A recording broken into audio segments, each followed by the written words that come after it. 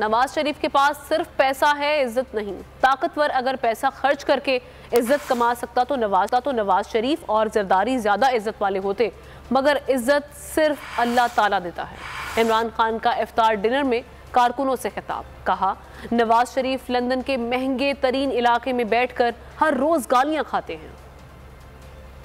निकल सकते हैं, वो लंदन में महंगे तरीन इलाके में बैठा हर रोज उसको गालियां पड़ी होती है, क्योंकि इज्जत नहीं है।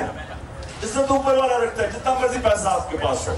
ताकतवर पैसा खर्च करके इज्जत कमा लेता तो अभी नवाज शरीफ सबसे ज्यादा इज्जत वाला आदमी होता या जरदारी होता, और ना ही आपको कोई जलील कर सकता है। ये याद रखें कि जो मुझे खौफ होता है ना जी, उससे मुझे जलील कर दिया, कोई आपको जलील नहीं कर सकता।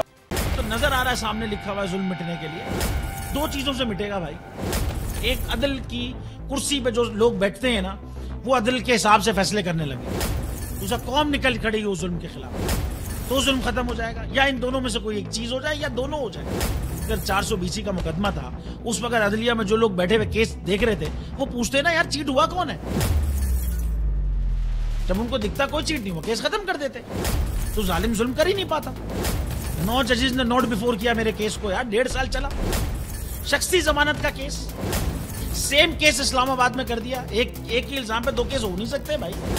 मतलब 60 दिन का वक्त होता है, 102 दिन के बाद मैं जीत गया, केस बरी हो गया, 102 दिन के बाद अपील फाइल की, एक्सेप्ट कर ली। नहीं करते ना एक्सेप्ट, खत्म हो जाता ना जुल्म यार। भरी अदालत में मुझे बरी कर दिया, फिर पता नहीं क्या हुआ, 2.5 घंटे बाद का नोट बिफोर, मैं नहीं सुनता ये केस। खड़े रहते अपने फैसले, मिट जाता जुल्म। अल्लाह ताला ने बिठाया इन कुर्सियों पे इनको यार, ये अल्लाह ताला की तरफ से फैसले करने हैं। तो या तो ये फैसले आएंगे, जुल्म मिट जाएगा, या कौम खड़ी हो जाएगी जुल्म के खिलाफ।